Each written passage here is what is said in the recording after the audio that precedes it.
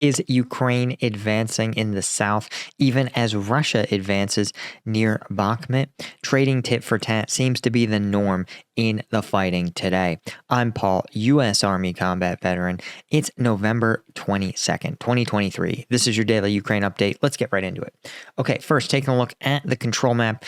The two big changes. One is around Andriivka, and you can see in the southern part of the town here, this contested region, Russian forces advancing up to this tree line near where Ukrainian forces have held for some time. And this is, of course, an essential line that defends Avdiivka, this windbreak rail combination. It's a two-pronged or a two-tiered trench line functionally. These trees, these windbreaks form natural defensive positions that are mutually supporting. So getting to control of any set of two of them is going to be pretty significant. You can see here in Kurdyumivka, Russian forces already hold this region. Ukrainian forces making it to the first tree line here, but not to the second. And as Russian forces advance within striking distance, it's bad news for Ukrainian forces because especially if Russia truly does indeed control this subset of this windbreak, if they can control this whole thing, it's going to make it very hard for Ukrainian forces to advance. And in turn, it's going to be much easier for Russian forces to start to retake some of this territory that Ukraine seized in and around Andriivka. We talked about potentially Ukraine exploiting this advantage and getting out to this reservoir series here and trying to take advantage of this open space where Russian forces would be forced into. But again, it's like a lot of offensives in this war. It seems like Ukraine lost its momentum a few months ago. It's hard to gain and sustain offensive momentum here in this conflict, given the fact that it's kind of demechanized thanks to mines and anti-tank weapons. The result, of course, is that this is the sort of tit-for-tat progress that you see. The other place where Ukraine is making advances is outside the Srebrenica forest. And as you can see, this is along the Kreminna-Lyman axis, somewhere we haven't seen much offensive action at all. And it's a very small chunk of territory right here, just a little square, so neat and even and small that it makes me think that maybe Ukrainian forces were ordered to just show some kind of gain. And you can see it quickly vanishes into irrelevance.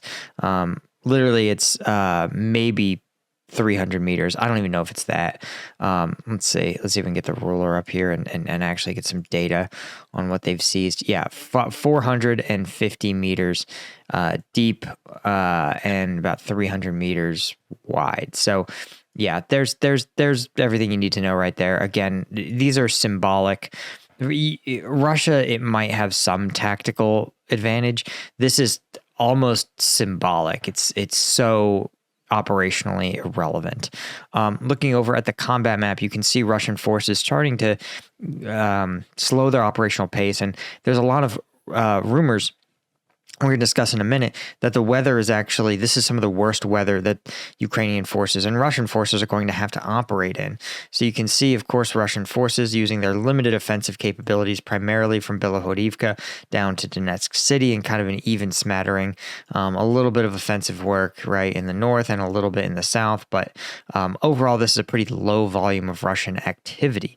Guys, if you are interested in supporting a veteran-owned business, particularly my veteran-owned business, you want to check out Strike Gum. Strike Gum is the energy gum alternative to energy drinks, inspired by the fact that when I was in the military, I was basically addicted to Red Bull.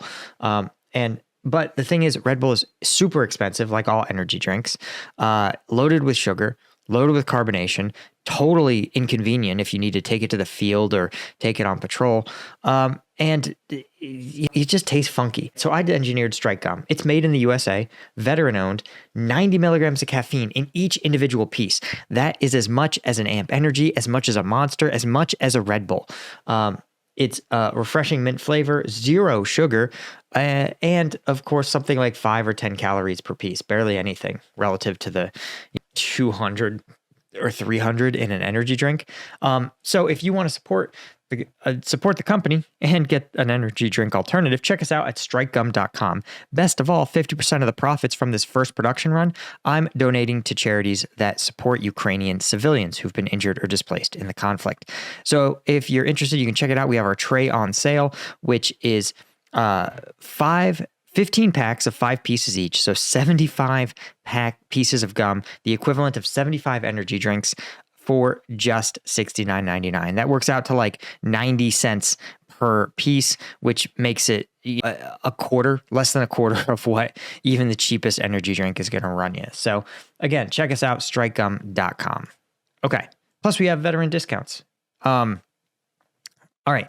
Here's something else I want to point out. Institute for the Study of War saying that while both sides are continuing offensive operations, there's a lot of rain and snowy weather conditions that are impeding everyone's operation. There's lots of snow, lots of frost, and if you've ever operated in the very cold, you know that when things are just freezing everywhere, it's actually in a way easier to operate. Snow is solid, and it's just easier to dust things off, and in a way, snow can even keep you warm, right? If it can insulate, it can build barriers, and it can raise the ambient temperature up to 32 degrees. And still remain solid. But freezing rain sucks because it gets into everything. It soaks into your clothes and then freezes them. It takes an insulated jacket, and by making it wet and then freezing it, you can turn even the warmest jacket into just a popsicle. You feel horrible. Electronics and things like drones don't work. They freeze. They sometimes freeze while they're flying. These weather conditions, plus it's foggy, it's rainy. They're horrible conditions to fight in, and both sides are recognizing this, and they know that the war is going to be going on 6 months from now, so they are positioning themselves to wait out these conditions so that when things get really cold, they can get back to the fight. Anyway, guys, that's really all I had for you for today. Thanks to our Colonel tier members at combatvetnews.com. Thanks to our Lieutenant tier members. I really couldn't do this without you guys. I appreciate all of you so much. And I will see you guys in the next one. Next video, by the way, dropping Thursday on combatvetnews.com. Hit like and subscribe. See you in the next one. Cheers.